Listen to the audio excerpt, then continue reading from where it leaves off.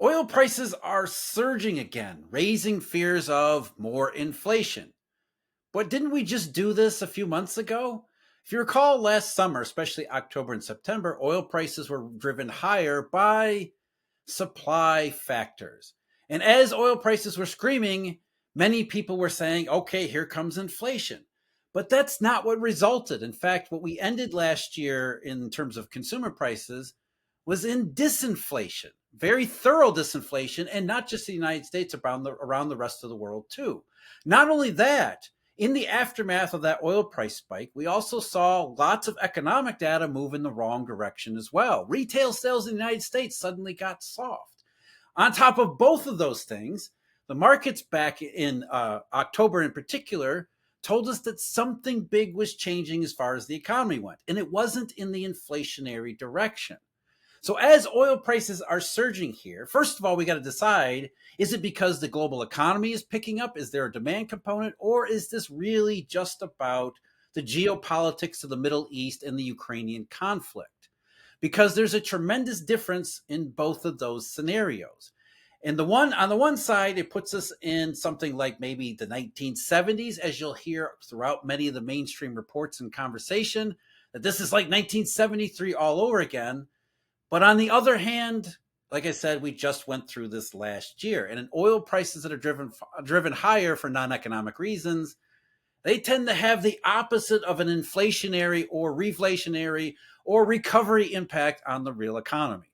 So let's try to make sense of what the oil market is doing and what its effects will be. So Steve, let me ask you that question. Oil prices are surging, obviously, everybody can see that. Do you see this as a demand story, or is this really just all about conflicts and potential supply fears? Jeff, for me, it's clearly about all the shocks going on in the Middle East right now. Because if you look at what's going on in the economy, if we were seeing demand increase, if we were seeing the economy grow, that would be fine. In fact, that would be great, and that would justify the increase in oil. But we can look at something like the consumer price index and say, wait a minute, it's still kind of trending in a downward direction in a disinflationary mode, yet against rising oil prices. And that doesn't start to add up correctly, because we should see the opposite effect. If consumers are feeling better about their future and they're feeling better about their finances, they're going to consume more energy, they're going to buy more stuff, and we're going to see that backfeed throughout the economy. Instead, now this is a challenge here, because a lot of people, Jeff, as you know, they see rising oil prices, they automatically think more inflation because we're being trained to all think like we work for the Federal Reserve. But the challenge here is, if consumers can't afford higher prices, their consumption declines. And then in this case, higher oil prices is actually a negative. That's what I see is going to happen. Now, obviously, it's too soon. Prices have risen very quickly here, so we'll see this with a lag. But my guess is in the weeks and months to come, we're going to see crude oil inventory levels go in a direction that most people don't really expect them to go. Yeah, I don't think most people realize that demand for oil is inelastic versus price. And what that means is the price will go up. We tend to just pay it because we have to. Oil is a really incredibly important part of the economy. And so as oil prices go up, we pay it. But that means we have to take money from other areas in order to pay for what used to be more relatively more easily absorbed. So as we're paying more for oil, unless there actually is some rising increase in the economic conditions someplace else, that means we're borrowing from Peter to pay Paul, right? We're taking away from our discretionary spending in order to pay this non-discretionary shock. Really, it's an imposition. And you just mentioned something too, that we see maybe the effect of that in terms of decelerating consumer prices outside of the energy sector. And we look over to our friends in Europe, and they have seen that and then some. Their consumer price numbers have been thoroughly disinflationary over the last several months, despite oil prices rising and rising and rising. We'll see what happens in the month of April. But the European economy might be giving us sort of a clue here. The European economy is definitely weaker than it is in the United States or in any other place around the world. So as Europe continues to get more disinflationary, even with oil prices rising, like you just said, Steve, that's sort of giving us this hint about what the actual demand situation is. And the ability of an economy of consumers and businesses to be able to absorb that price shock, that's really the big issue here. Jeff, you may have a great point here because you said consumers just have to pay higher energy prices, and that's generally true. We can cut our expenses a little bit, we can travel less, we can do other things. But when you go to the gas pump and say a fill up is an extra $10, well, maybe fill up your car 2, 3, 4 times a month, depending on what you drive and how much you drive. That's going to take, and it seems small, $10, $20, but that's money that's not being spent elsewhere. And then you look at the economy. The markets are sitting near all-time high. Oil prices are rising. We're kind of seeing a rebound in manufacturing. We're seeing, of course, non-farm payroll reports continue to look strong. And you kind of get the impression that some of these producers are saying, hey, you know what? Maybe the economy's back. I'm not seeing it yet because we look at the survey responses and you can tell they're just not convinced. But then they kind of peek out the window and say, well, at some point this is going to hit, and it's almost like they're producing, goods ahead of time. And I think they're going to be really disappointed to find out that consumer spending is actually going to go down here. Now, we may see it on a non-adjusted, inflation-adjusted basis go up because of the higher prices of energy, but I think we're going to see a shift from discretionary spend over to energy. Not good for the economy, not good for the labor market either. Yeah, as I said, we just did this a couple months ago, last year. So the question, I guess, is then, is this time actually different? Are we seeing anything substantially, meaningfully different from when we went through this last fall? Because in the aftermath of the oil price rise, whether it was attributable entirely to that or not is a separate question. I don't think it was. I mean, it didn't help. And I think that's the message that you're saying here is that, look, anytime oil prices jump like this, and it's for non-economic reasons, not because demand is actually picking up all that much, it tends to have a more harmful impact and a more immediate impact. But that's not the only thing that really slowed the economy down at the end of last year. Again, I mentioned retail sales, and there are a whole bunch of other statistics, especially around the rest of the world, where oil prices apply more broadly and globally. That the global system, in particular, Europe, a huge decline there, suggesting that this time actually might be different in the respect that maybe we're in worse shape now than we were in, say, September and October, heading toward the end of the year. And then an oil price surge in this way, in the same way, to this degree, and maybe even to a higher degree. We haven't even seen the top of it yet. Maybe this will be even a little more destructive than it had been just 6 months ago. Jeff, I agree with that absolutely 100%, because you look at the economy and we continue to see kind of this drain of pandemic savings. Now, the government said it was gone, but obviously it still filters around in the economy. So right now, these higher energy prices are very, very dangerous for the average consumer. Now, we could argue that, hey, if the Fed was cutting rates and somehow that consumers' budgets were being offset a little bit by saying, okay, you know what, my debt service costs are going down, so I can absorb the higher energy prices. But we can look over the last several months and from the consumer's perspective, and we can say nothing has improved, nothing meaningful. Yes, maybe a little here, but offset on the other side somewhere else. Nothing has really changed. So what this tells us, these higher energy prices, as people go to the pump and turn on their air conditioners for the summer, it's going to have a bite into their spending at a time when we see employers kind of ramped up for the big summer boom. I think there's going to be a little bit of disappointment here in the coming months. You mentioned rate cuts. So if you're Jay Powell, which way do you turn here? Do you say, okay, this is definitely going to have some of a direct impact on the consumer price bucket, because consumer price indexes contain energy. So as energy costs go up, especially gasoline, then that's going to raise that part of the consumer bucket, and therefore the CPI would be a little bit higher than it would otherwise have been.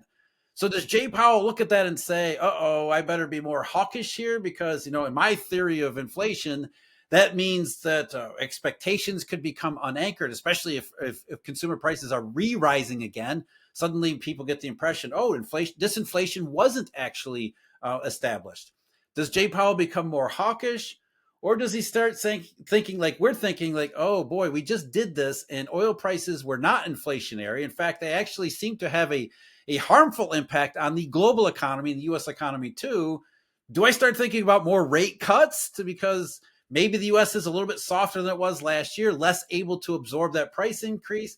What do you do if you're Jay Powell? Do you pick the inflation or the weakness, and are you more hawkish, or you start to become dovish? Jeff, if we put on our data dependent hat, because of course, if we're going to pretend to be central bankers, we have to only follow the data. And of course, like you said, oil prices are rising. That back feeds into higher consumer prices. We know the Fed is super worried about a repeat of the 1970s.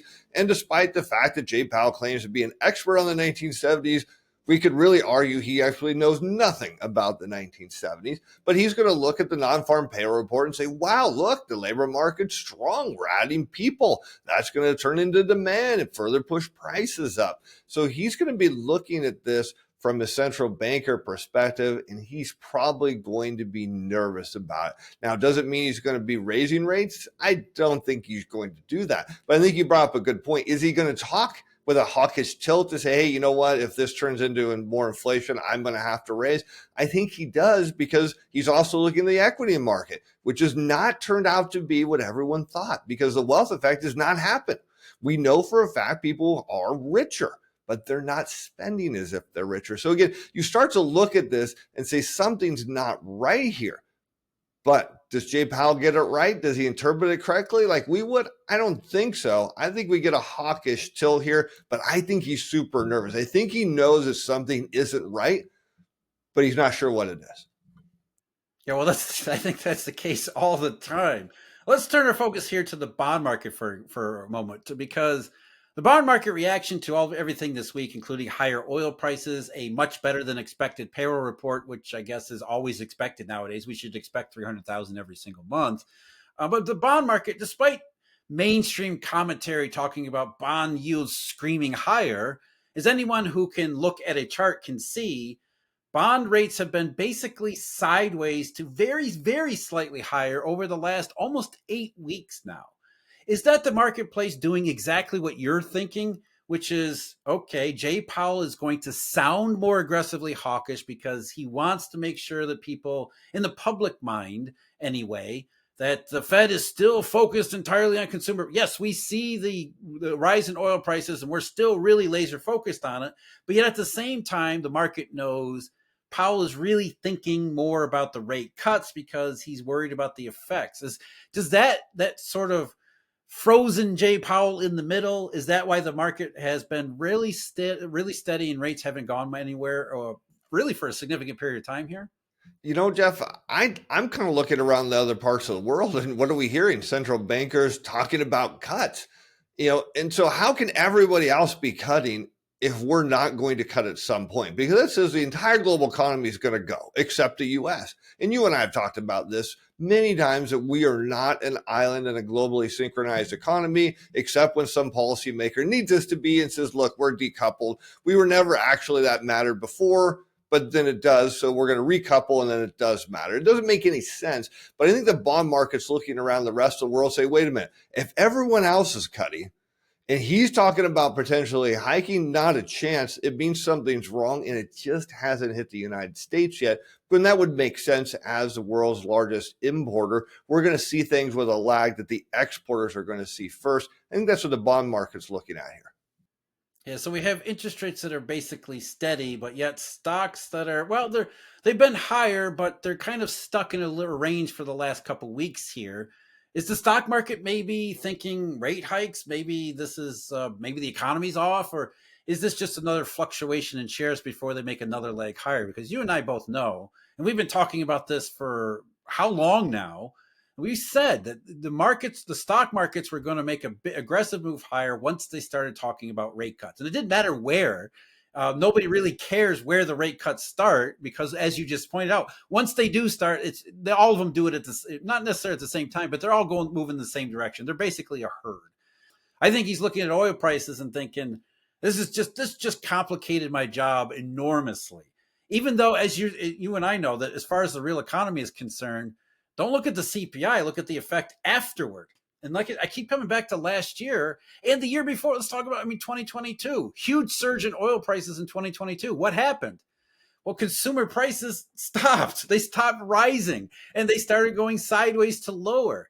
So every time we see oil prices surge for non-economic reasons, it leads to eventually, it may take a couple months, it leads eventually to disinflation, and it leads to slowdown and maybe worse in the real economy. Now, Powell's a smart guy. He's actually not an economist, but I think he's been stuck with economists for so long he actually has become one, or at least he's become like one. So I mean, he's a smart guy and he's seen how this has worked out the last couple of times. So I do think that he has in his mind that the economy in 2024 is not nearly as there's not nearly as much momentum as there was in 2022 or even in 2023. So even though oil prices might rise, which I'm going to focus on, there is still the chance that there is a negative effect on consumer prices elsewhere as well as the real economy. But as far as I think he's really worried about the oil prices. Yeah, and then effect, of course, down on the labor market, which we know that's become his latest fixation as well. Everything else is okay as long as people don't lose their jobs, which is hilarious because Challenger Gray and Christmas is like, hey, people are losing their jobs. Now, granted, they're not showing up in the unemployment data yet because, as we know, that they're going to most likely people are going to be on some form of a severance package. But as you kind of talked about, that it's still driving the equity markets here, but it's not driving consumption. Of course, investors are thinking, gosh, if they could just cut rates a little bit, they're going to unleash all of this pent up demand. And I keep looking at the data, Jeff, and I'm like, I don't see pent up demand here because I see paychecks shrinking relative to the economy and inflation. I don't think consumers, I don't think it makes a difference. I think you cut rates. I don't think consumers spending budgets at all, which would be a dangerous move because if Powell starts cutting and nothing gets better, which is usually what happens, next thing you know, we're downward spiral and rates are going way back down. Yeah, that's the thing. That despite all of the whatever you think of the economy now, it's more likely than not to have a negative impact. This oil price surge. You just said paychecks are shrinking. Well, they're already shrinking, and now a much bigger part of it, a much bigger slice of it, is now going to be devoted to paying gasoline and everything else. And what's left over? Maybe that's what the Fed is looking at. Maybe the bond market's looking at the same thing and thinking, yeah, what is left over here? Well, and maybe that's why we see a big surge in the non-farm payroll. If it's all part-time jobs, it starts to make sense. One job holder's taking on a second. Maybe someone who's not working is coming back in to pick up a few hours just to supplement the higher costs. Could be a factor here, but all it tells me is this idea that the economy is booming here. Jeff, I don't see it. They're both sitting there. Not a good start here. I'm holding it. Mine's okay. All right, we'll just see if it works. If it doesn't, then we'll have to do it all over again. Great. Then we have to start over. What do you want to do? I don't know. What do you want to do?